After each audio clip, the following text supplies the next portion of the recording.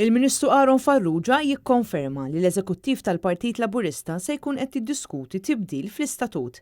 Dan sabiex il-membri parlamentari tal-Partit Laburista ma jkunux jistgħu jikkontestaw għal karga ta' Deputy Leader, karga li ġiet vagata minn Chris Cardona wara li kellu jirriżenja minħabba l-allegat involviment tiegħu fl-assassinju tal-ġurnalista Defni Karwana Galizja. Bid-diskussjoni se ssir fuq livelli ta' Eżekuttiv tal-Partit Laburista jien għandi sehem fih u se nkun qed nesprimi ruħi hemmhekk. Il-Ministru Farrugia stqar li dal-aħħar ma ltaqax ma' Chris Cardona u qal illi għadu sa issa ma rax littra tar-riżenja tiegħu. Intqajt ma' Chris Cardona dal-aħħar?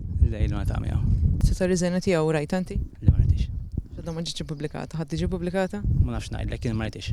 Mistoqsi lil min se jkun qed jappoġġja fit-tellieqa għal din il-karga, il-Ministru tal-Ambjent qal li l-ewwel irrid jisma' l-ismijiet ta' dawk li se jkunu qed jikkontestaw biex jintela' dan il-post. Dan filwaqt li Farrugia nnifsu ikkonferma li hu mhuwiex interessat, partikolarment issa li se jinbidel l-istatut. U hemm xi ħadd partikolari se tkun qed tappoġġja mela law m'intix ħadd ikkontestanti? Irid nisma' l-ismijiet l-ewwel.